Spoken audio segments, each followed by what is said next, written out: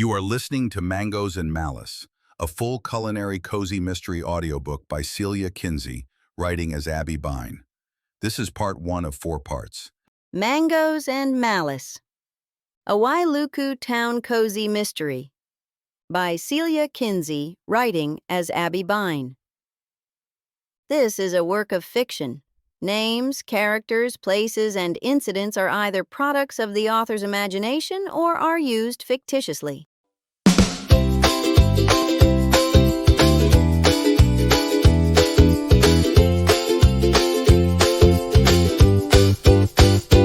Chapter 1. When I was instructed by the cheerful, disembodied voice of the flight attendant, I relinquished the plastic cup which held the dredges of my complimentary Mai Tai and put up my tray table. I returned my seat back to the upright position, checked to make sure that my seatbelt was securely fastened for the 100th time, and closed my eyes so tightly it made my eyeballs ache. I stifled the urge to knock the encroaching elbow of the man seated next to me off our shared armrest and gripped the thing with all my strength. Then I tried to talk myself into looking out the window and admiring the sparkling blue water of the Pacific as the plane glided down towards the dot of land surrounded by azure ocean. I failed to force myself to open my eyes and instead counted backward from 10,000 in my head by threes in hopes of staving off an embarrassing panic attack before we reached the tarmac.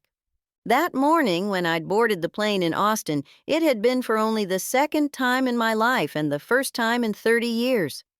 All those times my son, Nate, had begged me to come to visit him, I had refused, and now that I had finally forced myself to make the trip, Nate and I would do none of the lovely excursions he'd tried to bribe me with. There'd be no whale-watching cruises, no forest hikes to waterfalls, and no lazy afternoons sitting on the beach that was just blocks away from Nate and Harmony's tiny house in Wailuku Town. Instead, I'd be going straight from the airport to the jail and hope I'd make visiting hours. I kept my eyes screwed shut until I felt the wheels of the plane hit the runway, followed by the sensation of being pressed back into my seat by the force of a giant hand. The cheerful, disembodied voice returned to inform all passengers that we had arrived at Kahului Airport. The local time was 2:46, and to please remain seated until the plane had come to a full and complete stop, and the captain had turned off the fasten seatbelt sign. Please use caution when retrieving your belongings from the overhead compartments as items may have shifted during flight. Welcome to Maui. Aloha and mahalo. The Uber I had ordered before I'd deplaned was waiting at the curb. As the young man whose car I'd hired wrestled my enormous roller bag into the trunk, I asked if he thought there was still any hope of making my 4 o'clock appointment at the Maui Community Correctional Facility. "Who you seeing?" The driver, who, according to the app, went by Dave, asked me. "My son." "You got a special appointment?" I said yes. I didn't like how the young man was looking me up and down, although his following words clarified why he was giving a woman old enough to be his mother the eye.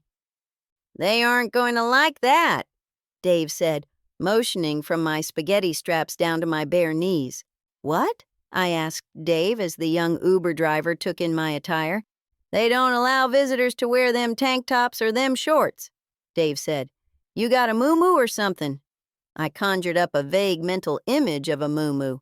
However, I did not possess any such garment and told the young man so. "They got to be long pants then," Dave said, "and you got to have sleeves." The young man, possibly because of his apparent intimate knowledge of the minutiae surrounding incarceration, or at least visiting the incarcerated, was the soul of sympathy. He hauled my suitcase back out of the trunk without a murmur and waited at a respectful distance while I pawed through the contents looking for something suitable. When I held up flowy pants and a button-up floral blouse I used to reserve for taking my late mother to church on Sundays, Dave said he was sure the powers that be at the prison would find them acceptable attire.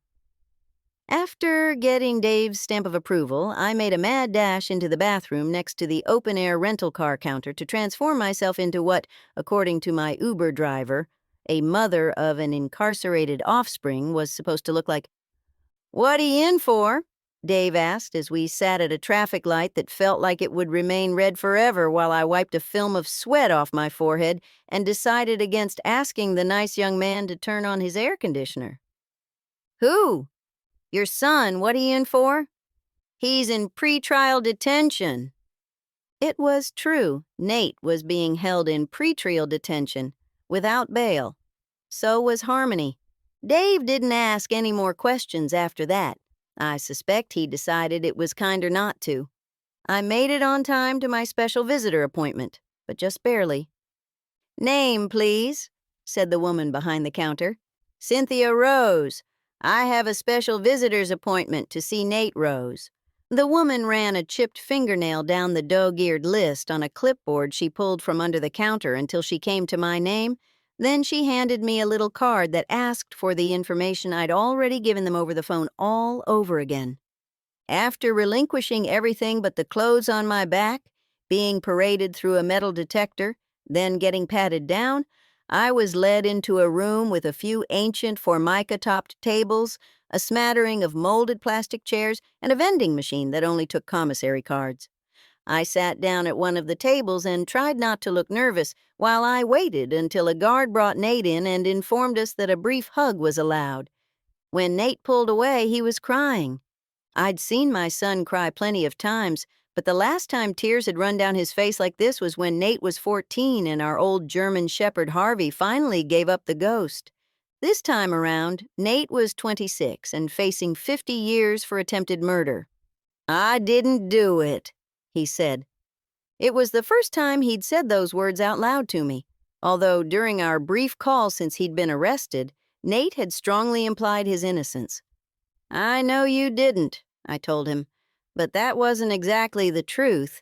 I wanted to believe in Nate, but sometimes when I woke up in the middle of the night, unable to think about anything other than the events of the day that poor man at the gas station had nearly been murdered, a little part of me couldn't discount the preponderance of the evidence. Someone had held up that gas station, and someone had fired the shots which had nearly taken Mr. Frank Vatu's life. All documented evidence pointed to it being Nate and Harmony. Are you going to see Harmony? Nate asked when he'd gotten his emotions back under control. Tomorrow. Will you be all right? Nate asked.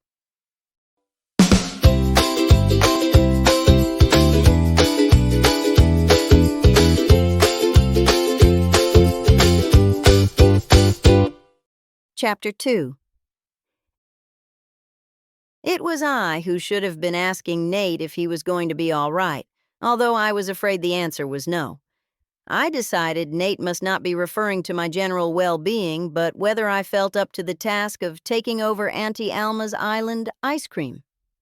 Island ice cream was the sole source of Nate and Harmony's livelihood. That had been the deciding factor that had finally gotten me on that plane in Austin. Harmony's sister, Saffron, had taken in Arlo and Indigo, Harmony's two little ones, seeing as their father, Harmony's ex-husband Rob, had gone back to the mainland to work on the oil rigs off the coast of Texas. Child care was taken care of, but there was no one in Nate and Harmony's extended support network either prepared or capable of taking on the business while the two of them were locked up. Hopefully, that wouldn't end up being 50 years to life. I think I can figure out how to pack an ice cream cone, I said in a voice that was meant to be reassuring but probably wasn't. It wasn't as simple as taking people's money and packing ice cream into a waffle cone. Nate and Harmony made their own gourmet flavors and then sold them out of a bright yellow Airstream parked in a vacant gravel lot between a nail salon and a truck that sold salads to go. Auntie Alma will help you figure it out, said Nate. Nate trailed off. Alma Tanaka used to be the ice cream queen of Wailuku Town, but she's retired now. Nate and Harmony bought out her business 2 years ago. The sale of Auntie Alma's had included Mrs. Tanaka's recipes and a promise of ongoing advice, should Nate and Harmony need it. What about Mrs. Tanaka? I prompted Nate when he trailed off. We only had half an hour, and we couldn't afford to waste any of that precious time staring into space. Better call her Auntie Alma, said Nate. I'll be 47 come December, so I'm not in the habit of referring to women I'm not related to as aunties. However, in Texas, the Southern traditionalists among us refer to ladies of a certain age as Miss. So I decided that substituting auntie for Miss wouldn't be too difficult to get the hang of. All right, what about Auntie Alma? I conceded. We weren't in Austin anymore, and I might as well get used to it. Auntie Alma is a tough old lady, said Nate. But she'll help you, I promise. Just don't get on her bad side. I wanted to ask for pointers on how to avoid getting on Alma Tanaka's bad side, but Nate had already moved on to detailing the eccentricities of the freezer in the trailer and a warning not to accept nutritional advice from Veg. Ed, from the food truck next door to Island Ice Cream because Ed had convinced Harmony into doing a juice fast using his proprietary recipe and it hadn't gone well. I told Nate not to worry. Nobody was going to talk me into doing anything that required me to give up solid food.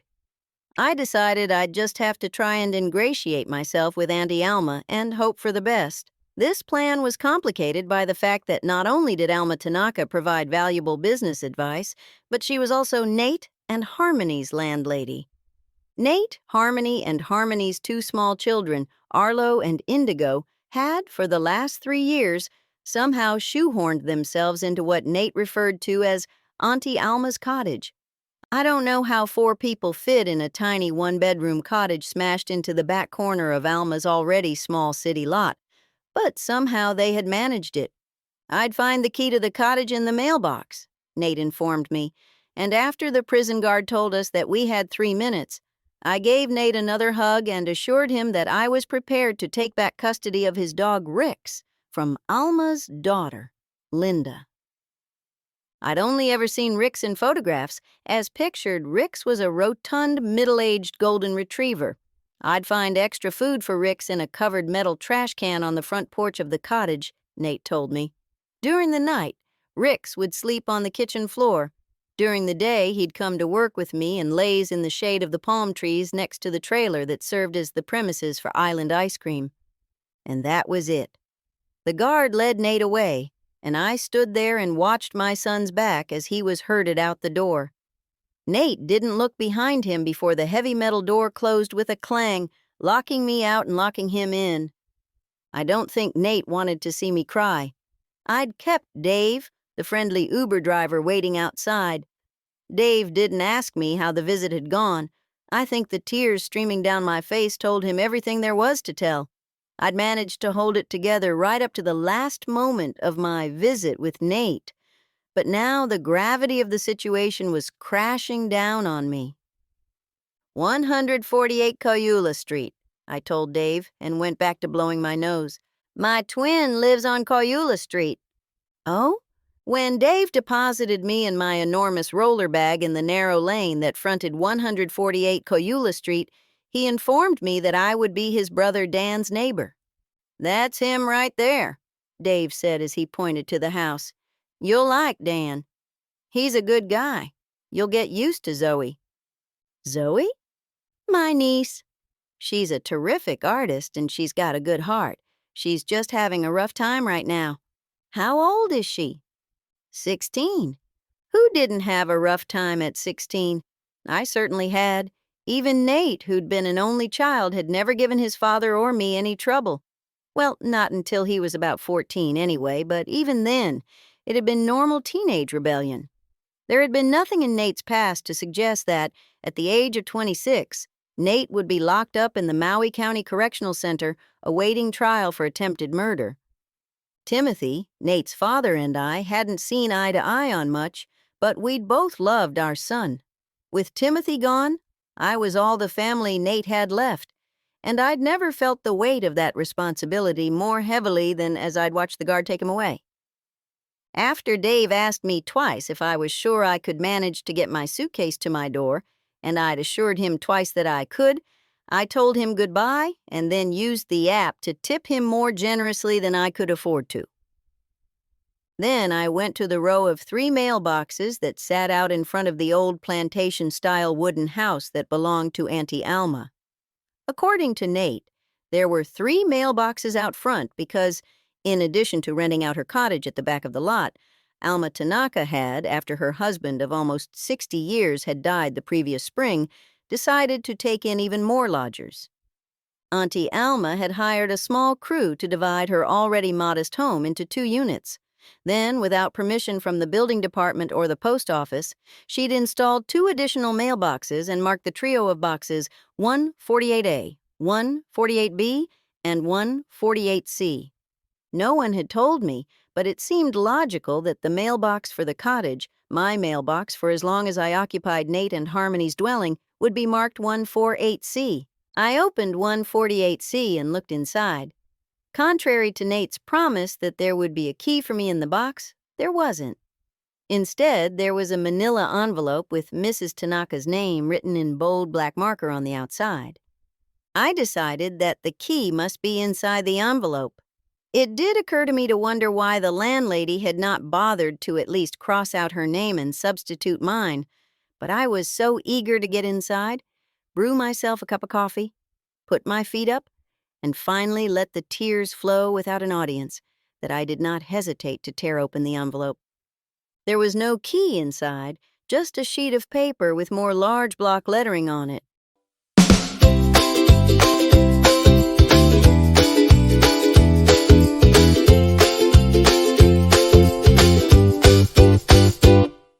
Chapter 3.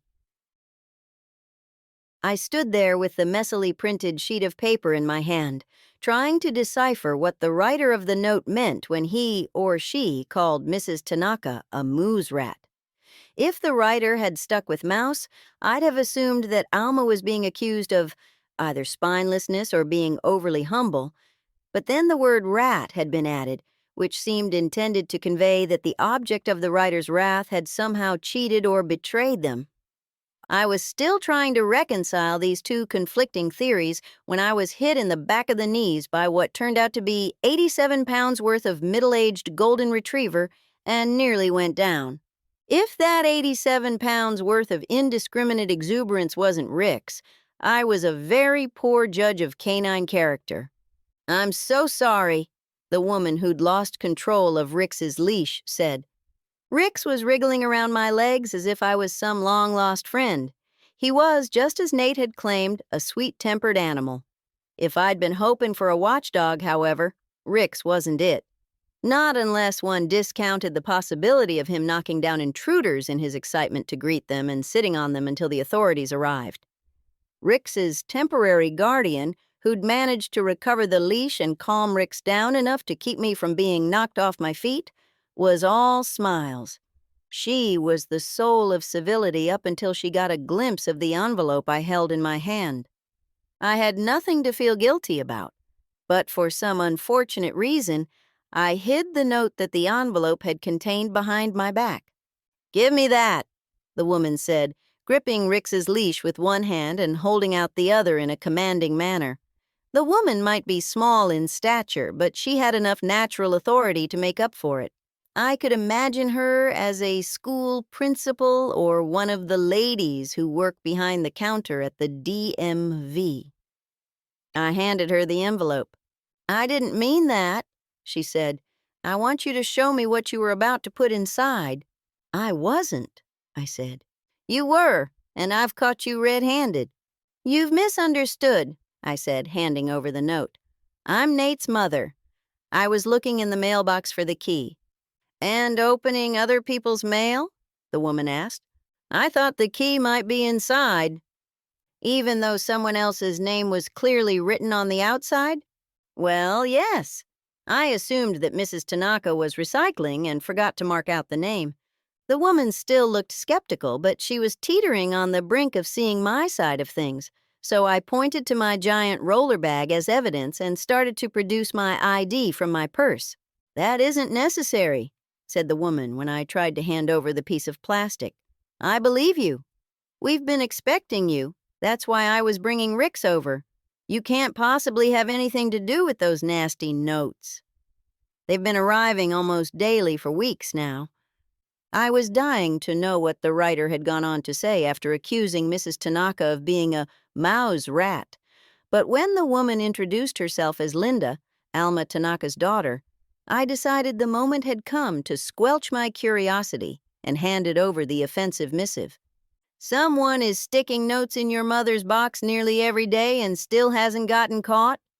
"Yes," said Linda, "and I'm getting worried. Whoever is writing them is becoming increasingly threatening. I hardly classed calling someone a mouse rat as constituting a credible threat of bodily harm, but when Linda skimmed the contents of the note, then handed it over to me to read for myself, I could see what had Alma Tanaka's daughter so concerned. The note read as follows: "You mouse rat, you hope thief, you dream stealer, I'll get back at you. If it's the last thing I do, don't go to ZZZZ at night. I'm watching you." The moose rat thing was funny, and the hope thief accusation was intriguing. The warning to not sleep at night because I'm watching you was downright creepy. "That's disturbing," I said. "You really have no idea who might be sending these?" "Not a clue." "Are they all like that?" "The notes?" "Pretty much. None of them make sense." "Well, there's one thing you know for sure," I said. "What's that?" "Whoever is writing those notes likes to overuse punctuation." Come to think of it, that might be a clue. Creative misspelling and exclamation overuse. It was almost too ridiculous, almost as if someone was deliberately going over the top to mask their identity. Unfortunately, I knew no one, unless you counted Nate and Harmony, from Alma Tanaka's orbit. I could fix that, though. I was going to be sleeping a few yards from Mrs. Tanaka for the next 6 weeks at least, and I didn't like the thought of going to bed each night wondering if someone was out there watching the house. So I decided that I'd quiz Auntie Alma about these threatening notes at my first opportunity. But in the meantime, I was eager to procure a key to my new, if temporary, home. "So, which one is my mailbox?" I asked Linda. "The middle one."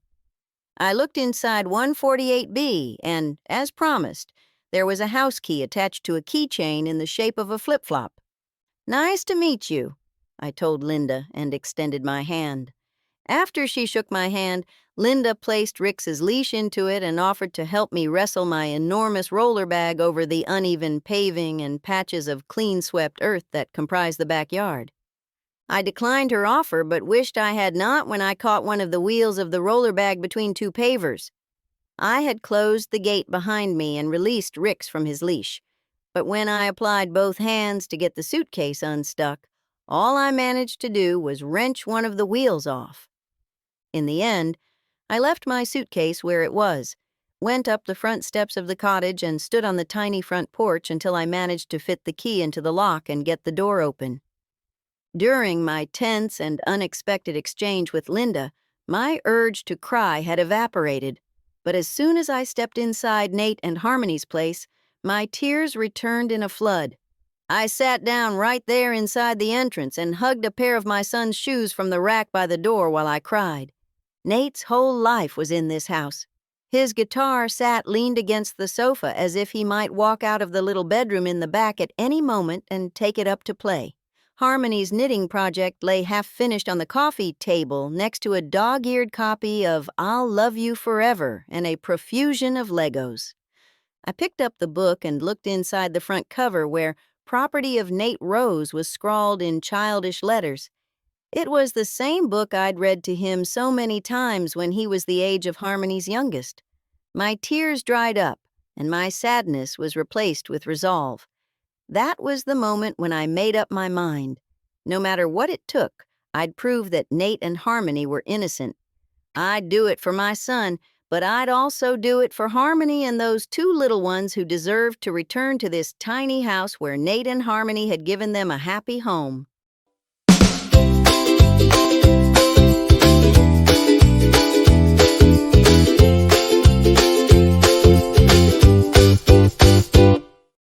Chapter 4. The following day I was awakened, not by the incessant beeping of my alarm nor the sound of Rix whining and clawing at the door to get out, both of which had clearly been going on for some time, but by a banging at my front door. I dragged myself bleary-eyed out of bed and flung the door open to find a tiny woman in her 80s, dressed head to toe in cherry red, standing on my doorstep. "Your alarm is going off," she said, stating the obvious, as Rick squeezed past her and immediately relieved himself at the base of a nearby banana tree. "Sorry about that," I said. "I must have overslept." "You must be Mrs. Tanaka." "I am," she said, firming her lips together. I couldn't tell if the way I had addressed her was what had her on edge, or if it was the beeping of my alarm still going on in the background. "I'll get that," I said, whirling around to return for my phone just as she extended her hand. Half whirl, I turned back around, grabbed her hand, and shook it so vigorously that I caught her rubbing it after I'd made a repeat maneuver to get at my phone. I wondered how long it had been beeping. Neither the main house nor the cottage had solid windows. Instead, there were glass louvers that opened and had been open all night. "Are you going to make ice cream today?" was all Alma had to say when I returned to the doorstep, silenced phone in hand. "I was planning on it," I said. I wanted to ask her to come with me and show me the ropes, but I didn't, and she didn't offer. So I decided to head down to Island Ice Cream on my own and get the lay of the land before I started asking for assistance. I was going to have a long list of questions, but as of that moment, I had no idea what any of them were. "Are you taking Rix with you?" Alma asked. "I was planning on it," I repeated. "Don't plan on it," said Alma. "Do it." I had a bad feeling that, right out of the gate, I'd gotten on Alma Tanaka's bad side. I decided that, given that she was already irritated with me for letting my alarm go on for who knows how long and letting Rix whine and scratch at the door, I might as well broach the subject of those nasty notes that kept showing up in her mailbox. "I opened the wrong mailbox by mistake yesterday," I said. "I know." "Oh?" Linda told me. "I just wanted to apologize." That wasn't entirely true. I also wanted to pry. "Apology accepted." "How long have you been getting those awful notes?" I asked. "A while." That was frustratingly vague, but unlike her daughter, Alma Tanaka didn't seem the slightest bit worried about the bizarre letters someone was leaving in her mailbox. "Aren't you worried about them?" "No." "No?" "No, I know who's doing it," Alma said. "That wasn't what your daughter seemed to think." "Oh, I told Linda who it was, but she won't believe me." "Who do you think it is?" I asked. "It's Grace." "Who is Grace?" "Grace Chang." "I mean, how do you know her?" "Grace wants to take over as head deaconess," Mrs. Tanaka told me. "So you go to church together?" "Yes." Alma was looking at me as if that were a ridiculous question, which it kind of was, but I'd been distracted by Rix, who'd finished doing his business and was digging and sniffing at the edge of the porch. I wondered if he'd spotted a rat or something, which made me wonder if there were rats in the house. "But what does Grace leaving anonymous threatening letters have to do with becoming head deaconess?" I asked. I'd have thought that any congregation would consider threatening and harassing fellow parishioners a disqualifying behavior for taking up a significant leadership position. "Grace is trying to make me accuse her of writing those notes, and then she'll deny it, and then I'll just look crazy." "Mission accomplished, Grace," I wanted to say. But instead, I asked Mrs. Tanaka if she had any evidence to support her theory that it was Grace Chang who was writing those notes. "I don't need any evidence," said Alma. "I know it's her, and I'm not falling for it. Besides, there was the incident with the bundt cake." "What bundt cake?" "We do a bake-a-thon right before Easter every year." "Bake-a-thon?" "It raises money for the Boys and Girls Club." I still wasn't any clearer on precisely what a bake-a-thon was, but I decided it was not vital to know. All I cared about was that bundt cake. "What happened with the bundt cake?" I asked. "We were all in the church kitchen. I was whipping up one of my famous double fudge bundt cakes, and Grace switched the salt and the sugar on me." Alma didn't need to elaborate on the results of malevolent machinations such as that. Still, what amounted to a practical joke was hardly in the same league as slipping a threatening note into someone's mailbox nearly every day for weeks. "But Linda thinks," I started to say. "My daughter is way too trusting," said Alma. "Come to our book club at Linda's house Thursday evening and see for yourself. Grace Chang has it out for me." "I don't know," I said. "Come," Alma said. "You need to meet people anyway." It wasn't so much an invitation as an order.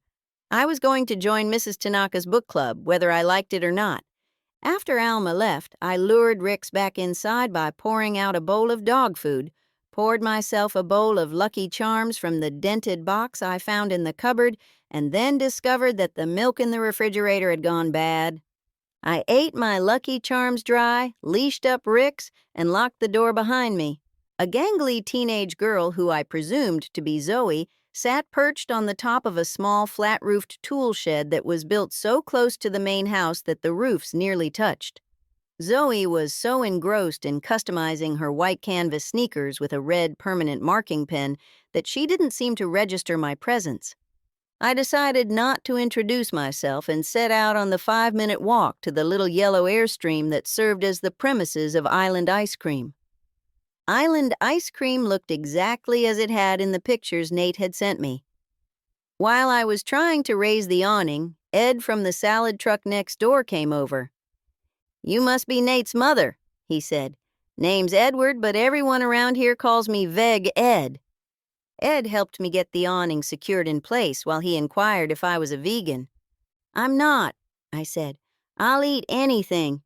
"That'll kill you," said Veg Ed. "If you're going to eat all those animal products and processed foods, then you should be cleansing regularly. I have this great recipe." I decided it would not be the moment to bring up Harmony's disastrous experience with Ed's cleansing protocol and just said I cleansed on a regular basis. I do shower at least every other day, so it wasn't exactly a lie. "That's my grandson, Ziggy," Veg Ed said, gesturing at a boy in his late teens with blue hair and 3 earrings in each ear who sat on a high stool inside Ed's food truck. "He's had tremendous results going vegan. Never felt better." Ziggy sat with a sketchbook spread out on the stainless steel counter next to a cutting board strewn with carrot peels and ends. Ed was prepping his ingredients prior to opening for the day. I suppose that Ziggy had some role in the operation, but apparently it was not prepping for the day's customers. That was what I was supposed to be doing, but I had a feeling that the thick 3-ring binder sitting on top of the batch freezer wasn't going to be enough to stave off a disastrous first day. I was wishing I'd swallowed my pride and asked Alma Tanaka to set me straight right from the start. "What are you drawing?"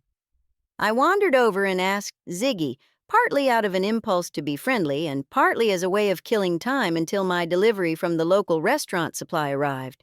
According to Nate, Alma had ordered all the raw materials for making enough ice cream to restock the 8-flavor dipping bay that sat scrubbed clean and ready for a refill using the recipes that comprised the entire back section of that 3-ring binder, which would be my Bible for the next 6 weeks. "Is that a cat?" I asked Ziggy.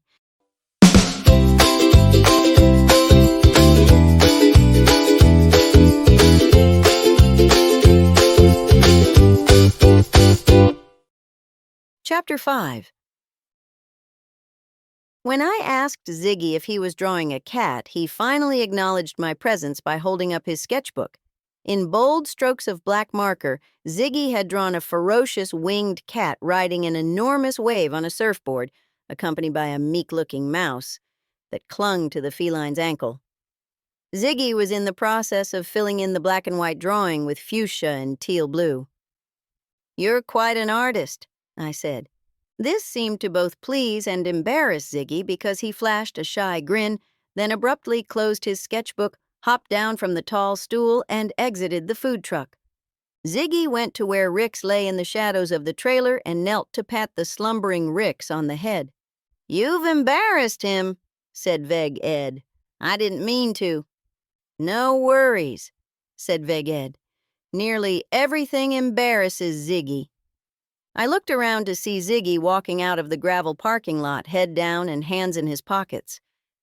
I feel bad that he's leaving because of me, I said.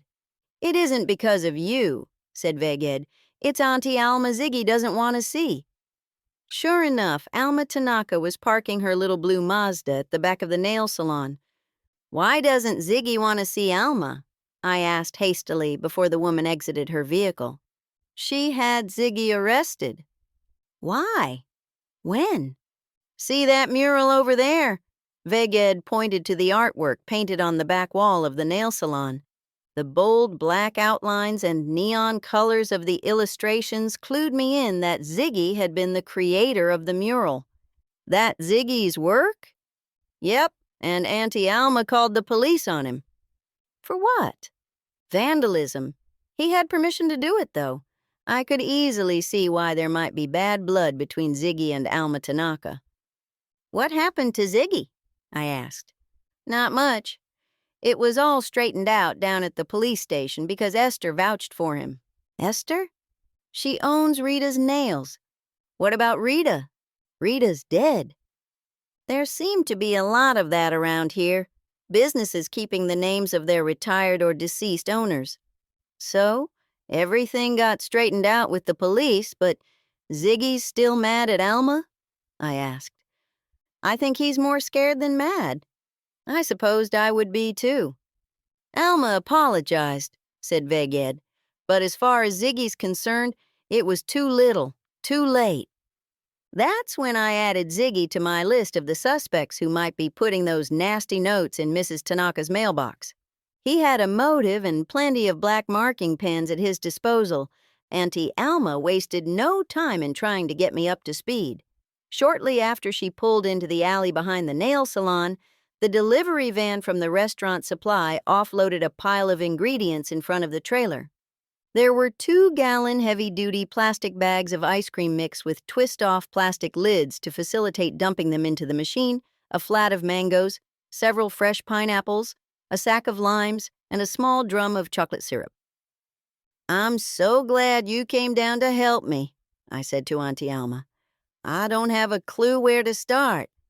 Let's start with the batch freezer, said Alma as she directed me inside the trailer. It had one latch to close the door and a rubber seal front gate, Alma informed me. Then she showed me the digital timer, the valve and hose for filling and washing, and the safety switch that would automatically shut off the machine if the door were to be opened during a cycle. When the compressor light is lit, that means a compressor is running or refrigerating. If you get the product too thick, the compressor will cycle off. The dasher will continue to run to keep the product at that consistency, and pressure will go off and on to regulate the texture. I see. I'm going to take 2.5 gallons of unflavored mix and pour it into the machine. Then we're going to make mango ice cream. I eyed the flat of mangoes outside. What do we do with those? There are already pre-frozen mango bits, Alma informed me. I came in yesterday and got them ready. When you have spare time later today, you'll have to prep and freeze the fresh ones. I had questions about that, but I didn't get a chance to ask them because Alma darted out of the trailer and returned with one of the heavy-duty bags full of ice cream mix. Sometimes the bag gets a little heavy. You got 2.5 gallons of ice cream, and it weighs about 9 pounds a gallon. So if you're small, you got to do it with 2 hands. Alma opened the cap on one corner of the bag, raised it expertly over her head, and started letting the mix flow out into the hopper of the machine. Make sure you get all the product in, she said. One of the things nice about these bags is that you can get every ounce of product out, and it takes up a lot less room and trash. So the only thing else that goes in is mango? I asked. When we make ice cream, we are always going to add some vanilla, said Mrs. Tanaka. She unscrewed the cap on a giant bottle of vanilla and dumped it straight into the machine. About that much, she informed me. I had no idea how much that much was. Hopefully, the instructions in the binder were more precise. Now we're going to go ahead and set our timer for about 8 minutes, Alma informed me. About halfway through our batch, we're going to throw in the mango pieces. She kept using words like we and ours, but there was nothing joint about this venture. I was merely a bystander. Not that I objected to that. When the time came to put in the mango pieces, there was no measuring either. I had a feeling it was going to take me a lot of trial and error to get things right. "Once our ice cream is done," Auntie Alma told me as the timer buzzed, "we got to go from the batch machine to the flash freezer, which is minus 40 degrees. We have to freeze the ice cream quickly before air escapes." I nodded and smiled, but was struggling to take everything in, and I think it must have showed because Auntie Alma slowed down and explained what she meant by air escaping. "For 2.5 gallons of mix," she told me, "you'll get 5 gallons of ice cream out. Because of all that air we incorporated, we have to freeze it quickly. I can't put it in a freezer that's only 0 degrees. If we freeze it too slowly, the air is going to escape from the ice cream. The moisture in the air will settle on the ice cream and we'll end up with freezer burn." Auntie Alma said the words freezer burn as if referencing some dread and disfiguring disease. Then she went on for a few minutes about milk fat percentages and something called overrun, which seemed more theoretical than practical, and I filed it all under lookup later on the internet. "Now we'll put lids on this," Mrs. Tanaka said, pointing to the 2 buckets on the stainless steel bench that held the mango-flecked ice cream. "Normally, we'd put both cans in the hardening cabinet and they would stay there for about 8 hours, but for today, you'll have to move it out, temporarily when you have a customer." Oh? There were considerably more steps to getting from ingredients to eatable ice cream than I had imagined. No wonder Nate had been transparently worried that I might mess everything up.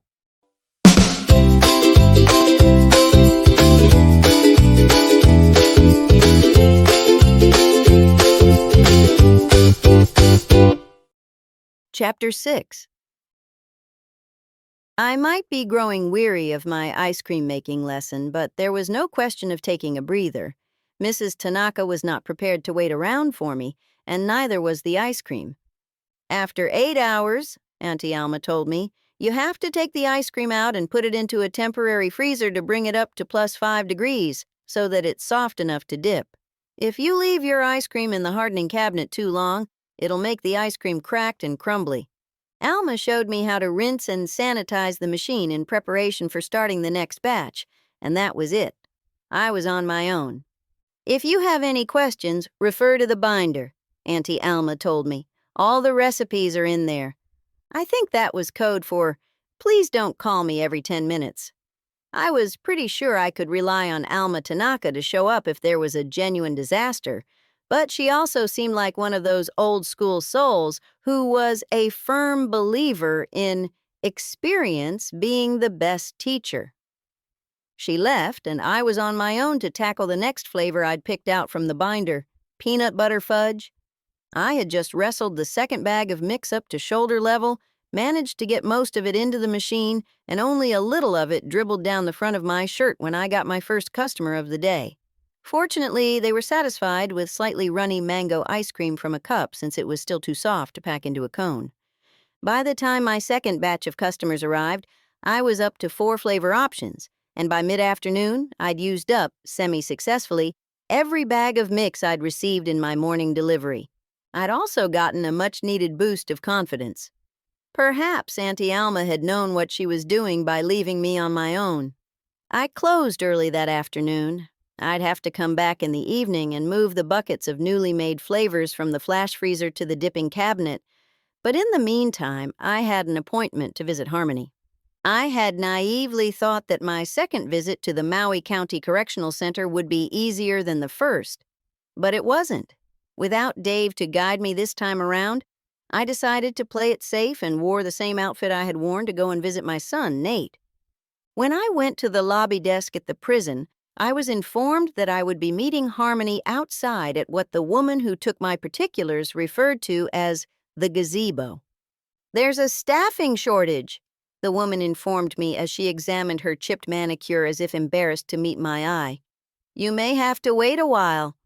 I was once again deprived of my belongings, herded through a metal detector, and patted down. After that, I was ushered through a locked gate to a fenced area inside the prison grounds. I sat on a small concrete bench underneath the rickety gazebo waiting for Harmony to be brought out by the guard. I waited nearly an hour before a guard brought Harmony. She was a pretty girl with long curly hair nearly to her knees. She looked much like she'd appeared in the pictures Nate had shared with me, but instead of one of the gauzy sundresses she'd been wearing in every photo I'd ever seen of her, Harmony was dressed in bright orange emblazoned with MCCC on the back. As soon as she saw me, Harmony began to cry.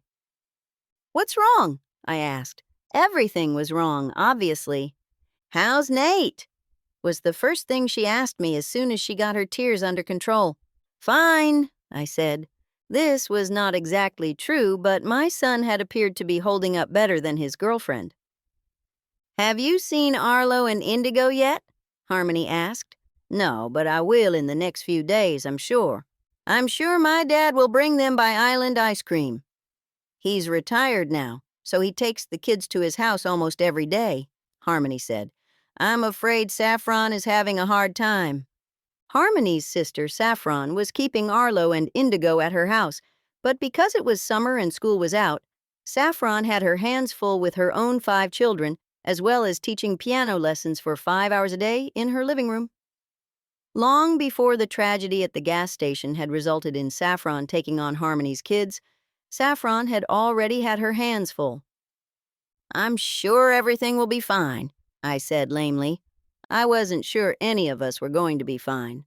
There wasn't much reason for optimism. "I'm going to do my best to find out who did it," I said.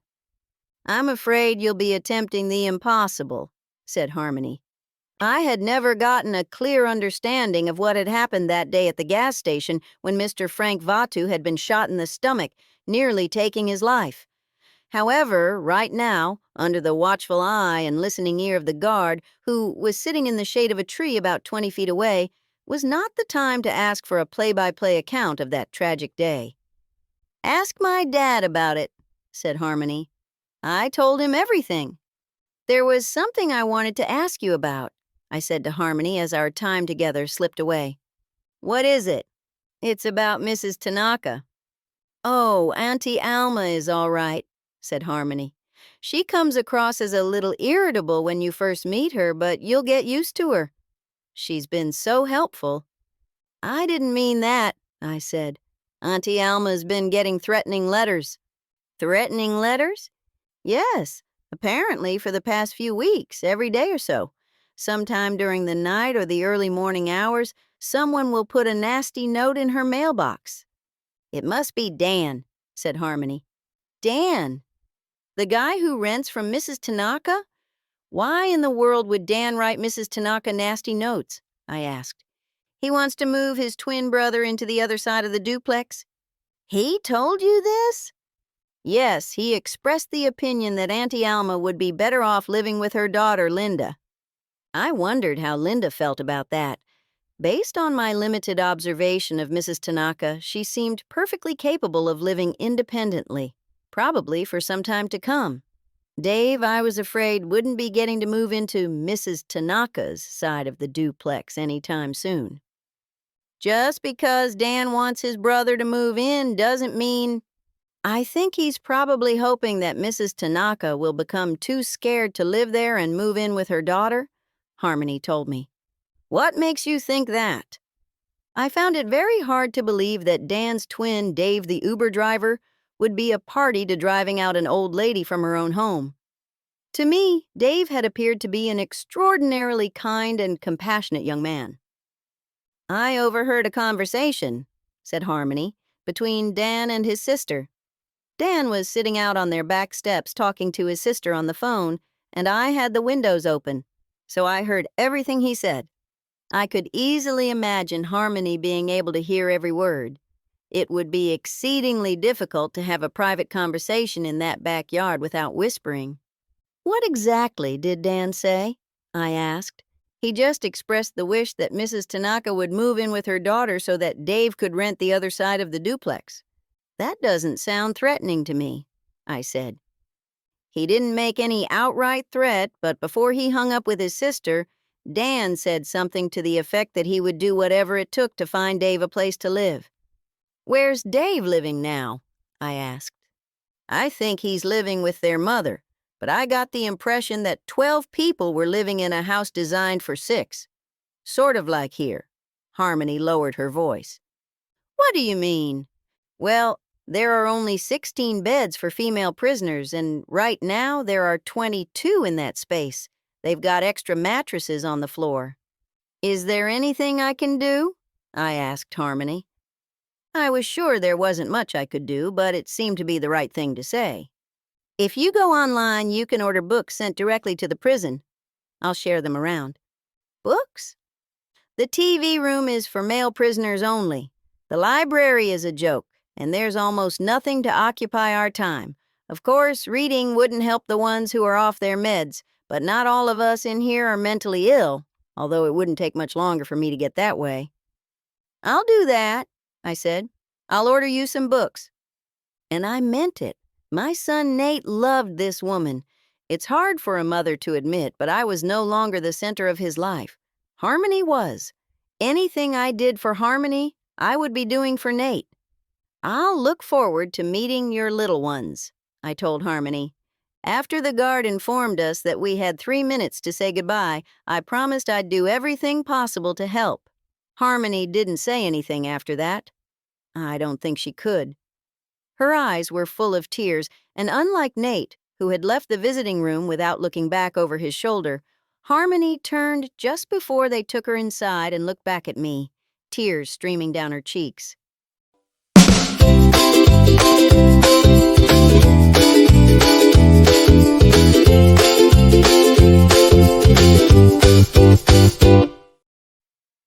Chapter 7. It was the very next morning when Harmony's father, Steve, stopped by Auntie Alma's Island ice cream with Harmony's 2 little ones in tow. The boy, Arlo, was 5, and Indigo, the girl, was only a year older. They were both sweet-faced little things, and I immediately fell in love with them. "You must be Cynthia," Steve said, extending his hand across the counter. Unfortunately, I couldn't take his proffered hand because I was struggling to heft 5 gallons of Mango Madness ice cream into the dipping bay. "Let me help you with that," he said, and came inside the trailer without asking. I let Steve finish wrestling the bucket I'd taken from the flash freezer into the dipping bay, where it would remain at an optimal temperature for scooping. "Can I offer the kids some ice cream?"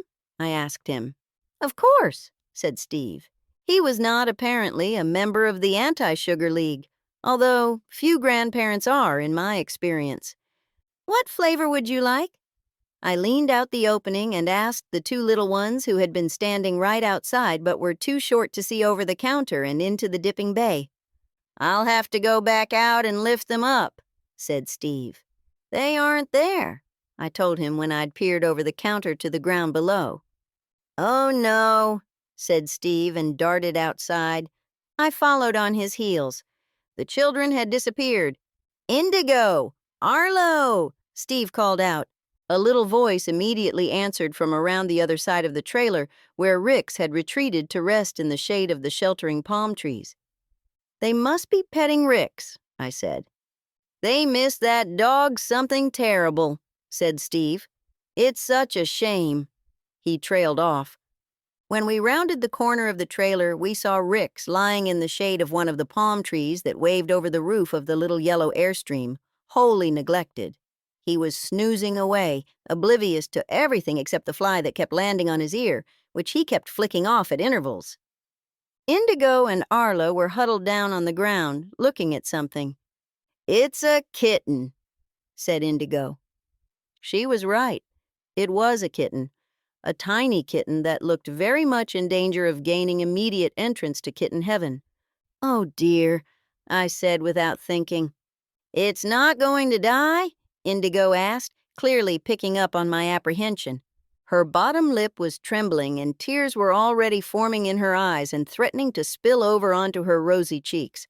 "Of course it's not going to die," I said, although I'd never been so unsure of anything I'd said so confidently in my life. "It's probably just lost," I said. "Abandoned was far more likely." The poor little thing looked as if it hadn't eaten for a week. "Can we feed it something?" Arlo asked. "It could probably do with some water first," I said, but Steve was already one step ahead of me. He'd slipped away while the rest of us were focused on the pitiful feline on the ground and filled a paper ice cream cup with water. "Just let it drink a little at a time," he said on his return. "It's probably pretty dehydrated. Once it's gotten some water down, then we can think about feeding it." I racked my brain for what was appropriate food for a tiny kitten. I remembered reading somewhere that cow's milk was bad for cats. "What if it dies?" Arlo said. Arlo, who was only 5, probably had only a vague concept of death, but he had become recently acquainted with separation. I couldn't bear the thought of having that kitten expire right in front of them. "How old do you think it is?" I asked Steve. "At least 3 weeks," he told me. "Otherwise, it wouldn't be on its feet." "What do kittens over 3 weeks eat?" "I think they need special formula, but they'll eat wet food too." "What are you guys looking at?" I heard a voice say. I looked up to see Ziggy. "Do you think you could find a small box and a towel?" I asked him. "Maybe the nail salon might have something they could give you." "I'm pretty sure we have a box from our vegetable delivery this morning," said Ziggy. "And we have a whole stack of clean towels we use to wipe down inside the truck." 5 minutes later, the cat, which the kids had already christened Licks to rhyme with Ricks, was nestled down in a slightly stained white cotton terry cloth towel that had been used thousands of times to wipe down the stainless steel bench where Veg Ed prepared his sandwiches for locals and tourists alike. The kitten purred a little as it ate bits of canned tuna Ziggy had seemingly produced from thin air. I wondered if Veg Ed knew his supposedly vegan grandson carried around cans of tuna in his backpack, but in this case, I was grateful that the kid was a walking fish market. "Do you think it should go to the vet?" I asked no one in particular. "I think it just needs some food and water," said Steve. "Can we keep it?" Indigo asked, and Arlo echoed. "You'll have to ask Saffron," Steve said. "My landlord doesn't allow pets, or I'd keep it myself." "Auntie Saffron will say no," Indigo wailed. She was now crying in earnest. I imagined Indigo was probably right. Poor Saffron had her hands full already. She was in no position to nurse a puny kitten back to health. "I'll take it," I said. "You can come to visit it whenever you want." "Can we?" Indigo immediately recovered. And that's how I ended up with a cat. That's how Ricks and Licks became my constant companions for as long as I stayed in Wailuku town. Once we got the kitten fed and rehydrated, it went to sleep in the little box while Arlo and Indigo ate their ice cream. They got half of it on their faces and a good portion of the rest down the fronts of their shirts. When the ice cream was gone, the kids wanted to wake up the kitten, but Steve suggested they get out the box of toys that Nate and Harmony kept stashed under the counter for just such occasions and go play in the shade. "I want to talk to you," Steve told me. "I want to talk to you, too." Once the little ones were engaged in creating a Lego masterpiece in a bare patch of sandy dirt underneath one of the palm trees, Steve and I sat down at one of the small plastic tables in front of the trailer where we could keep an eye on the kids, but if we talked quietly, they could not hear us. "I went to visit Harmony yesterday," I said. "How is she?" Steve asked. I wanted to say that Harmony was fine, but she was far from fine. So all I said was, "As well as can be expected." "I'm sure they didn't do it," said Steve. "I mean, why would they?" I'd asked myself that too. "What exactly happened that day?" I asked Steve. "Surely somebody must have some idea about who really shot Mr. Vatu." I'd never gotten a clear picture of how Nate and Harmony had come to be arrested for the shooting of Frank Vatu. "If someone does know the identity of the real shooter, they are keeping very quiet about it," Steve said. "It was just a very unlucky coincidence that Nate and Harmony got the blame." It was unfortunate that whoever robbed the gas station should have resembled Nate and Harmony so closely. "So it was a man and a woman?" I asked. Everyone, including Nate and Harmony, agrees on that. Both robbers were wearing masks. One was wearing a Richard Nixon mask and the other was disguised as Dolly Parton. If a man hadn't almost died in the process, I would have found this combination of celebrities downright comical. Under the circumstances, however, I was incapable of amusement. Did Nate or Harmony see the real robbers leave the gas station? I asked. Nate and Harmony were hiding behind a counter. What counter? The counter just behind the soda machine. I'd never visited Frank's filling station, so I was unfamiliar with the layout. I realized this was something I needed to remedy as soon as possible. Why was I thinking I could somehow solve the crime without having even visited the crime scene? Did either of them witness the shots being fired? I asked Steve. They didn't. Harmony and Nate heard them, of course, and then they heard the front door close behind the robbers. It had one of those little bells. Where was Mr. Vatu? As soon as Harmony and Nate came out from behind the soda machine, they saw Frank lying bleeding. Steve broke off when Indigo came to announce that she had to go potty, and Steve took her inside the nail salon.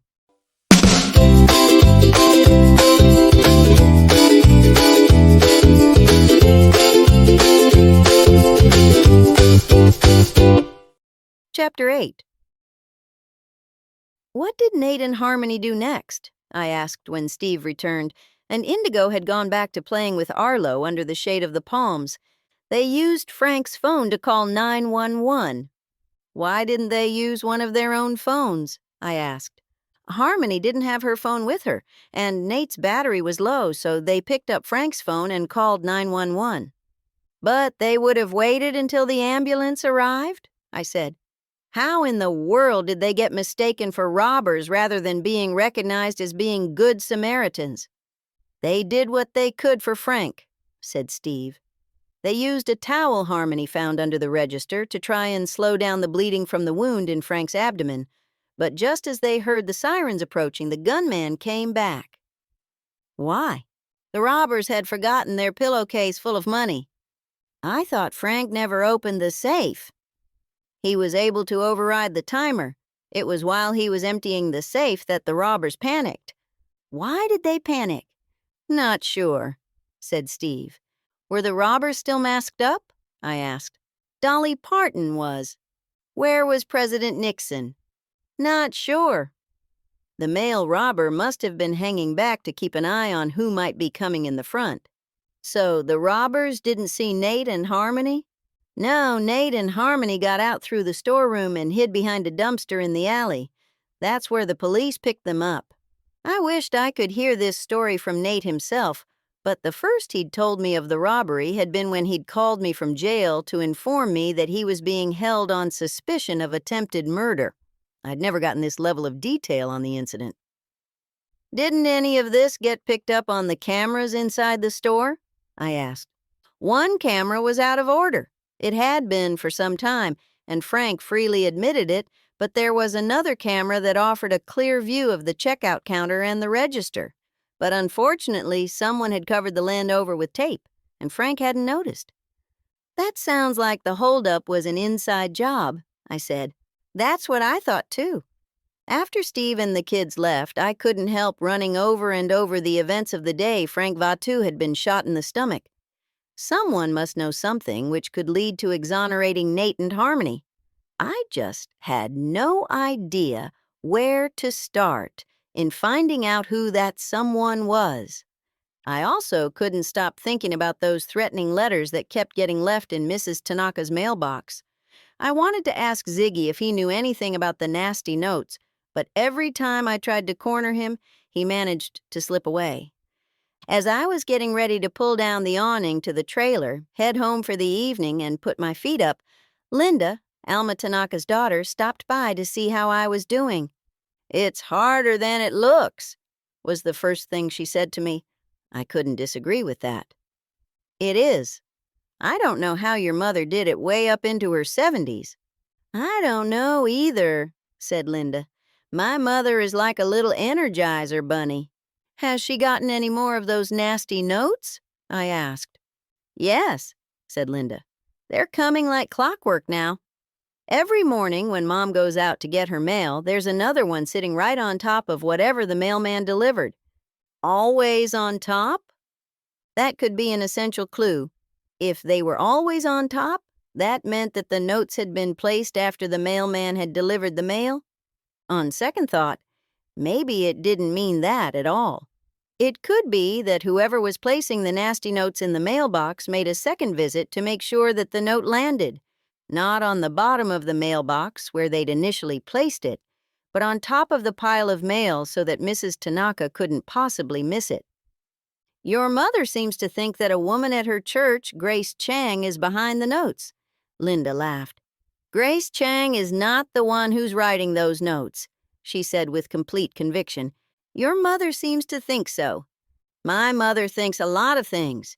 Just because Auntie Grace substituted salt for the sugar during the Easter Backathon last year doesn't mean that she would write a string of threatening letters. The very idea is absurd." I had to agree with Linda. I, too, strongly suspected that Grace Chang had absolutely nothing to do with those nasty notes. It was one thing to engage in a relatively harmless tit-for-tat cycle of one-upmanship, but it was quite another to engage in a prolonged campaign of harassment. "Harmony said something interesting," I told Linda. "When did you see her?" "Yesterday evening." "What did she say?" "Harmony seems to think that your mother's tenant is leaving the nasty notes." "Why would Dan want to write threatening letters to my mother?" "I don't think Dan would do that," Linda said. "He's been a great tenant for my mother." "What is Harmony suggesting Dan might gain from putting hate mail in my mother's mailbox?" "Harmony seems to think that Dan might be trying to scare your mother into moving in with you. She believes he wants to move his twin brother Dave into the other side of the duplex." As that statement soaked in, Linda looked more frightened than if she'd been on the receiving end of those nasty notes. "My mother is not moving in with me," she said firmly. "I don't want her to, and she doesn't want to either. We're both in complete agreement that she stays independent as long as she's able." "Well," I said, "if it is Dan who's trying to intimidate your mother, then I guess he's out of luck." "I guess he is," said Linda. "There may be two suspects, but I don't believe it's either one of them." I didn't really believe it either, but it had to be someone. I had a third suspect, but I was unwilling to voice my concerns, given that Ziggy was already in the doghouse with Mrs. Tanaka. Were I to voice my suspicions to Linda, the first thing she was likely to do was tell her mother that Ziggy might be sending those nasty notes. After I'd loaded Linda up with a complimentary gallon of Mango Madness ice cream and she'd reminded me that her book club was meeting the following evening, I sent Linda on her way. I was just setting out on foot to go back to my tiny cottage carrying Licks in a box under one arm and holding Rix's leash with the other when Ziggy rounded the back corner of the nail salon. I'd kept Licks with me at the trailer all day so that I could feed the poor little thing every few hours, and Ziggy made a beeline over to me to look into the box that contained the sickly kitten. Apparently, all that I needed to do to attract Ziggy was carry around a small animal. After answering Ziggy's questions about the progress of the kitten's return to health, I brought up the subject of his artwork. "How long have you been drawing?" I asked. Ziggy shrugged. "Are you studying art in school?" He shrugged again. "What year are you in school?" "Just graduated." He must mean high school. "Are you thinking of applying to art school?" I said. "You're very talented." I'd expected Ziggy to brush off the compliment or at least ignore it, but instead he blushed a deep shade of red and said, "No." I wanted to ask if the resounding no applied to art school or his belief in his own talent, but that wasn't what I was most interested in anyway, so I got to the point. "Your grandfather told me that Auntie Alma called the police on you for painting that mural." I motioned to the mural in question. Ziggy nodded. "I imagine that made you angry," I said. Ziggy nodded again. "Did Auntie Alma ever apologize?" I asked. This time, Ziggy found his voice. "She did." "Are you still angry?" I asked. Ziggy shrugged. It was a thoroughly unproductive conversation. Ziggy didn't seem to still be too angry with Mrs. Tanaka, and I couldn't imagine what Ziggy would hope to accomplish by leaving nasty notes in Alma Tanaka's mailbox other than to make her life miserable. He also didn't strike me as a vindictive kid. He was moody and taciturn, but the fact he took such an interest in licks made me think he was a gentle soul under all the blue hair and piercings. I added Ziggy as a third unlikely suspect. He could be writing those notes, but I didn't really believe he was. "Well, it's a beautiful mural," I told Ziggy as I turned to go, "and I'll keep you updated on licks."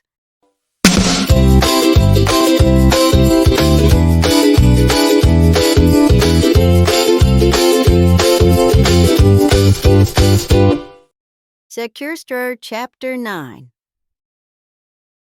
The following evening was the book club meeting, which met at Linda's home, a mere 5-block walk in the opposite direction of my tiny house from Island Ice Cream. This meant that as soon as I pulled down the awning and made double sure that the extension cord running from the back of the trailer to the source of electricity on the back exterior wall of the nail salon was firmly plugged in, I had to practically sprint the half-mile to Linda's house carrying little licks in her shoebox and with poor, out-of-shape Ricks panting at my heels. Linda's circa 1920s house very much resembled her mother's, except instead of housing 3 people in 2 separate units plus 4 more crammed into the cottage at the back, this house was the home of only Linda and her husband. There were 8 people shoehorned into Linda's little living room when I got there. I was the last to arrive, and after tying Ricks's leash to the veranda railing, I carried Licks and my paperback inside. Although Linda interrupted an animated discussion of how much the recent library community yard sale had raised to introduce me to everyone, I didn't catch many of the names. Introductions were punctuated by intermittent bragging about the junk each member of the book club had managed to offload on the unsuspecting public in the name of a good cause. "People will buy anything," said Linda. "Well, maybe not anything," Alma corrected her daughter. "There was a pretty big pile of junk left at the end that got hauled off." "What didn't walk off on its own?" the much-maligned Grace Chang said. "People wouldn't pay for some of that junk, but they didn't object to taking it for free. Even those hideous My friend Joe recently went on the Dolly Parton diet," Martin, the only male member of the group, said. "It really made Joe lean, Joe lean, Joe lean, Joe lean." Everyone laughed, but I couldn't make the connection between the Dolly Parton joke and the library fundraiser. Martin was a handsome elderly man with carefully combed silver hair and no wedding ring. He seemed to be soaking up the obvious attention of the female members of the book club. I was the youngest member, and Linda, a full decade older than me, was the second youngest. I had not read the book, although Linda had thoughtfully left a copy of it for me on the steps of my little bungalow the day after Alma had issued her invitation to join their book club. It didn't seem to matter that I had not read the book because Linda, who was supposed to be leading the discussion, had a lot of trouble getting everyone onto the subject at hand. Alma asked after Ricks, who'd flopped down outside, and Martin piped up, "I asked my dog what's 2 minus 2. He said nothing. When another member asked Grace how she liked her new car, she couldn't even get her answer out before Martin said, "That car looks nice, but the muffler is exhausted." Linda asked if anyone would like some juice, and Martin said, "I once got fired from a canned juice company." I couldn't concentrate. Martin managed to throw off one one-liner after another. He could have moonlighted as a stand-up comedian specializing in puns. Still, the level of amusement he elicited from his female audience was more effusive than I felt his talent merited. Grace and Alma both seemed to find Martin particularly amusing, and as I watched, I began to suspect that it was not so much the head deaconess position that the 2 women were fighting over. It was Martin. Linda and I were the only ones who didn't seem to be hanging on Martin's every word, although I did find his story about his son-in-law's recent stroke of good fortune mildly interesting. "They're redoing my kitchen for me," said Martin. They wanted it to be a surprise, but when I caught them bringing in a new dishwasher, it was a dead gift away. This turned the conversation to another resident of Wailuku town who'd recently found themselves flush with liquid assets. "Did you hear about Trisha and Cliff?" Grace asked. "They bought a brand new RV last week with cash." "Does that mean they're moving out of their daughter's place?" Alma asked. Grace never got to answer because Martin said, "Do you know which room in the house is always moving?" All he got was a premature giggle out of Grace before he pulled his punchline, "The walk-in closet." A red-haired woman named Penny chimed in that good luck seemed to be going around. Her neighbors, the Smiths, had recently inherited enough from the wife's childless aunt that they had been able to pay off their mortgage. I couldn't help wondering if one of these sudden strokes of good luck might actually be the result of ill-gotten gains, but it was impossible to ask probing questions without wresting the rudder of the conversation from Martin, who was on a roll. "Why did the mortgage broker go out of business?" Martin asked. It was all I could do to chime in. He lost interest, before Martin did. Nobody seemed the least bit bothered that we'd barely discussed the book. I found the lack of interest in the stated purpose of the gathering doubly confusing because it appeared that I was the only one who hadn't yet read the book. Most everyone had their copies out with the chapter in question marked with a ribbon or open on their laps. Grace had used an emerald green felt tip marker to underline multiple passages. She'd even written little notes in the margin. Grace caught me watching her and added a little row of neat exclamation marks to one of her notations. After she'd made her amendments, she looked first at me and then over at Alma. When Grace caught Alma's eye, they both started giggling like a couple of preteens. It was an extremely odd exchange. Clearly, everyone but me had come prepared to discuss the book, but instead, we spent the whole hour and 40 minutes in Linda's living room, occasionally referencing the book, but mostly laughing at Martin's incessant corny jokes. The morning after the book club meeting, the note arrived in an emerald green marking pen.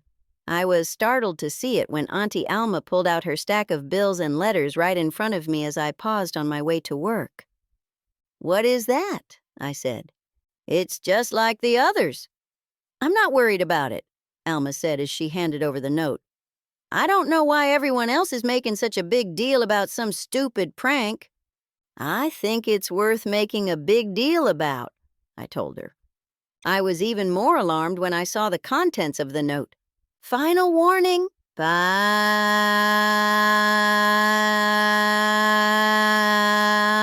Restore the dream," or "Look out." I hadn't been aware that the notes had made any demands of Mrs. Tanaka. "Final warning for what?" I asked. "What in the world does this person mean by restore?" I was pretty sure it was supposed to read, "Restore the dream." But Auntie Alma pressed her lips firmly together and offered no opinion of her own. "What in the world does this person want from you?" I asked.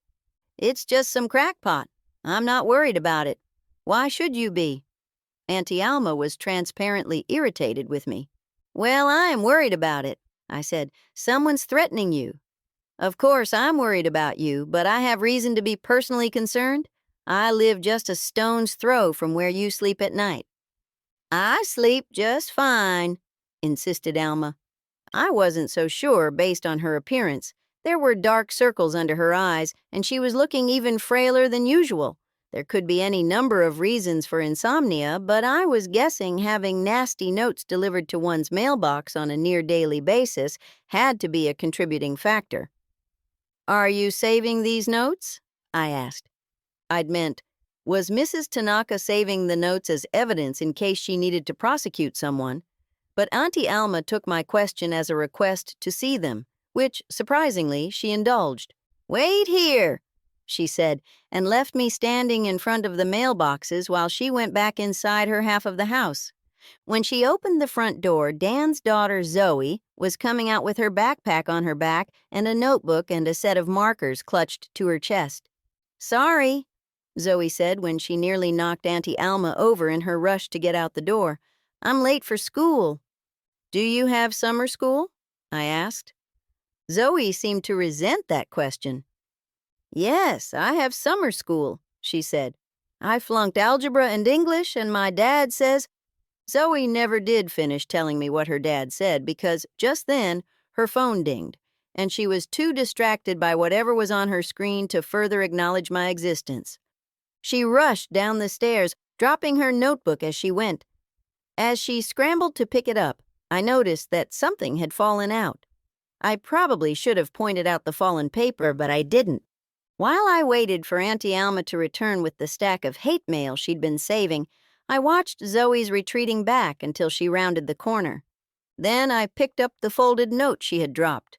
When I unfolded the single sheet of copy paper, I discovered that it wasn't so much a note as it was a drawing. Ziggy was a talented artist, but so was Zoe. Their style was remarkably similar. The picture that had fallen from Zoe's notebook was a drawing in bold black marker, which had been filled in with bright emerald green and featured hot pink roses. The centerpiece of the drawing was a winged heart emblazoned with 2 initials. Z plus Z, it said. I was just pondering the meaning of Z plus Z when Alma returned with a fat manila envelope which I assumed was stuffed with a stack of notes. "Maybe you should just keep them," she said. "You're far more interested in them than I am. Now, I have to run. I'm volunteering at the library today." "I'd just like to borrow these notes," I said, ignoring Auntie Alma's little jab at my expense. Then we went our separate ways. I, Rix in tow and lugging the little box that contained tiny licks. I carried a tote bag slung over my shoulder with a bottle containing Lix's kitten formula nestled next to the envelope of nasty notes. I'd barely gotten the awning up when I got my first customers, a trio of sisters on vacation from Idaho, and it was nearly noon before I had time to examine the notes. When I shuffled through the notes one by one, I failed to see much of a pattern. I really wanted to lay them out side by side and sort them into piles. Many of the notes referenced hopes and dreams, and several implied that some sort of demand had been made of Mrs. Tanaka. Unfortunately, since the woman in question wasn't willing or possibly able to shed light on the nature of this implied demand, I was still very much in the dark as to what the writer of the offending missives hoped to accomplish by threatening Mrs. Tanaka. Alma had not notated in what order she had received the notes. I tried to keep them in order by penciling in a tiny number on the corner of each, following the assumption that the order they were stacked in was roughly the order in which they had been received. I decided to examine them again that evening when I could spread them all out on the living room rug to assess further their similarities and differences. I shoved the notes back into the envelope, replaced the envelope in my tote bag underneath the stainless steel counter next to Lix's little box, and went back to work. That evening, as I returned home just as dusk was falling, I snuck out to the row of mailboxes and inserted the little alarm I'd gotten from the hardware store onto the interior of the mailbox. The alarm had originally been intended to be used in a house with children or some other vulnerable person prone to wander. It had 2 pieces, one intended to fit the door frame and the other intended to fit the door. After the alarm was set, when the 2 pieces broke contact, the thing emitted a piercing squeal. I'd tested it out in the parking lot of the hardware store and attracted a lot of attention to myself, including one young man who'd come over and inquired after my welfare. That had been precisely the effect I was hoping for. I intended to affix one portion of the alarm to the interior of the mailbox and the other to the lid, so that as soon as anyone opened it, the alarm would start to sound. If, during the wee hours of the morning, which I suspected was when the notes were being initially delivered, no alarm sounded, I would come out and remove it before the postman arrived to make his delivery. Postal workers already had to deal with dogs, inclement weather, and occasionally threatening humans. I did not wish to subject our local mail carrier to being greeted with a piercing squeal when he or she opened the mailbox at 148 Coyula Street. I managed to get the 2 pieces of the alarm aligned together and stuck them to the mailbox with the double-sided adhesive tape, then retreated to a safe distance and set the alarm with the remote that had come with the gadget. I returned to the cottage in hopes of spreading out the nasty notes that were still nestled in the manila envelope inside my tote bag. Surely I could make some sense of them if I just looked at them long enough. I'd left the tote bag on my front step while I set the alarm in the mailbox, but when I got the bag inside and went to retrieve the overstuffed envelope full of hate mail, there was nothing inside the tote but a bottle of Lix's formula and my purse. This is the end of part 1. Check the Mangoes and Malice playlist on this channel for the remaining 3 parts.